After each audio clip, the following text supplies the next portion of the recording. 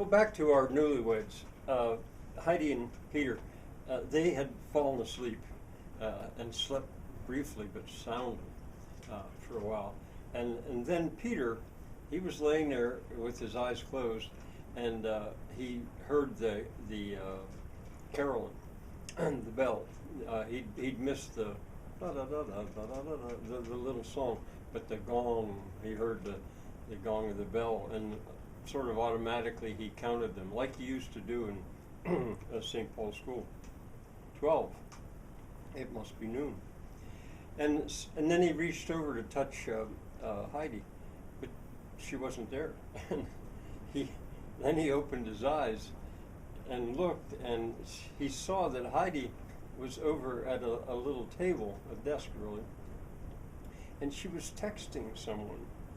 And you know, Peter, he felt a little disappointed.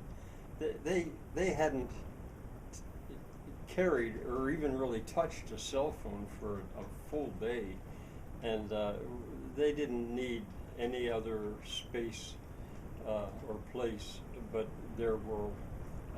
And she was texting somebody. Well, Heidi looked over and she smiled. She could read Peter's mind here, and she said one word. She said, "Clara." Ah, okay. Peter was fine then. Clara was Heidi's best friend, their best friend. I think I did tell you about her. Yes, she's the one who did Heidi's hair for her wedding day, the day before Sunday. And she was the one that was crippled, confined to a wheelchair. They'd met her at St. Paul's. She was there on scholarship. I think I told you all that. But anyway, she said to Peter, I just have to share our experience with Clara a little bit. She's such a good friend, and Peter understood completely. Well, anyway, Heidi had been texting because she wanted to let Peter sleep. They finished. They put their farmer's overalls and flannel shirts on, and their SKs, and they headed out into the town. Now they went. It was not a beaten path by any means, but they knew the route well. You know, they went down the old quarry side, across Sadler's Creek, the little wooden bridge, Kissing Bridge. They paused to kiss, of course, and then up the steep side to past where the tower is with the lookout. They didn't stop though this time. They kept going, and they went along a path that took them to the little office building of the off and on tourist guides. And there they went in, and sure enough, everyone. Well, actually, both Prof and Raf were just coming back from their lunch break, but the girls were there. I call them girls; they're young women. You know, Beatrice was there, and Telly, and they just said hi and asked if they had any suggestion about how they should approach this town. You know, now they were in appropriate clothes. They felt they loved their clothes, and their shoes fit good. Their SKs. And Beatrice was the one she spoke. She said, "You know what I think you should do? I think I'm getting to know you two." She said you two, not Yuns. I think I'm getting to know you two, and I think you're adventurous, and I think I know what kind of stuff you'd like.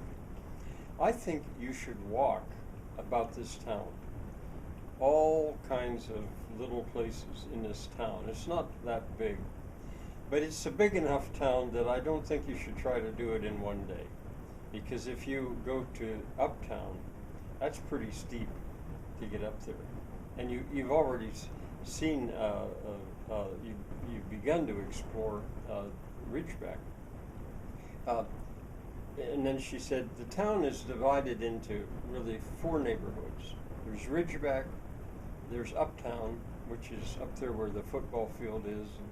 And, they're all to the east, the west. And then if you go up behind Erstrink Spring, the spring at Erstrink itself, if you go up behind that, then you're in a part of the town that we call the Overspring. That's the Overspring neighborhood. And then if you continue on your way and cross where East Street goes out of the town, then you're over into what we call the East Side. And one of the things people have told me before, I guess I didn't, growing up here, I didn't really realize it, but I understand now. One of the reasons that this town is so special is that each one of those neighborhoods is laid off on a different grid. Like if you look at a town from, say, Google Earth or something, almost all these towns, even in Pennsylvania, they try to get a grid with streets and alleys, you know, like a city. But the topography of Erstrink is so erratic that they couldn't really do that.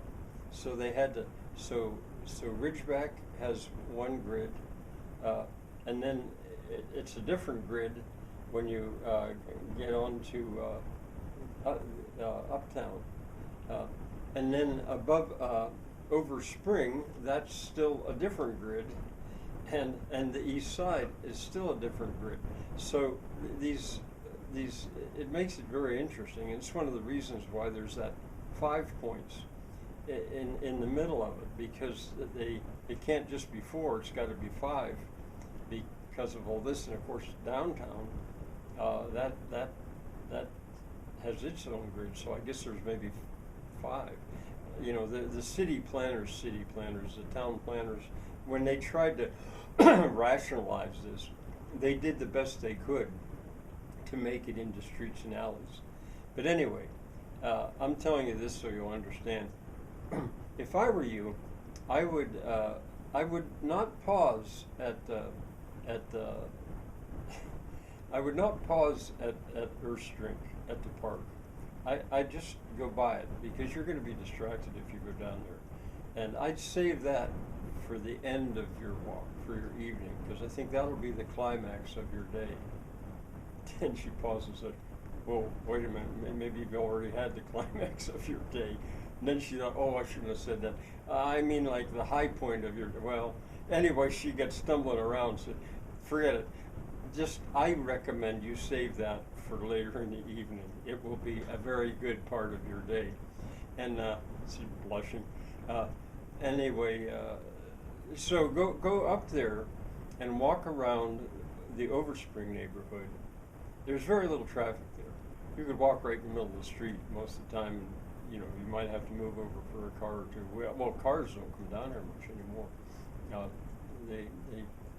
People park up there just outside Erstrink, and they take the shuttle usually down into the town. Well, when there's tourists here, that's what they have to do, because it would be too crowded. There's a little bus line called the Green and Tan line, and you'll see it bringing tourists down come Saturday for sure. So walk around up in there, and then go over and walk around the East Side, and go up to the cemetery, because it's on the East Side, and it'll speak for itself when you go up there.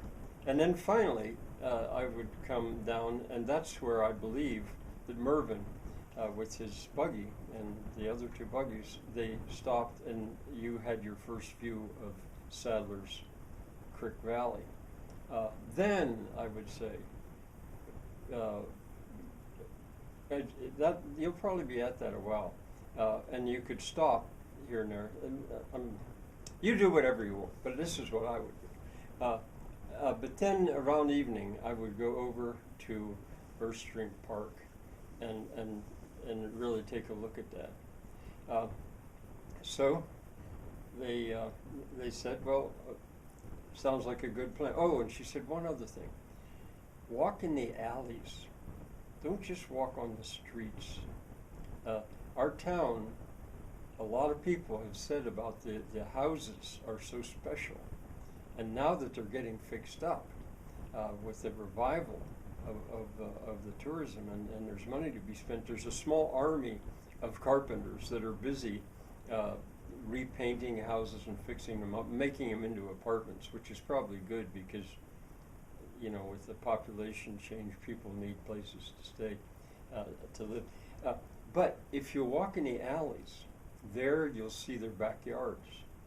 And there's where you're really going to see the beating heart of the population of Earth Spring, I think. Bye for now.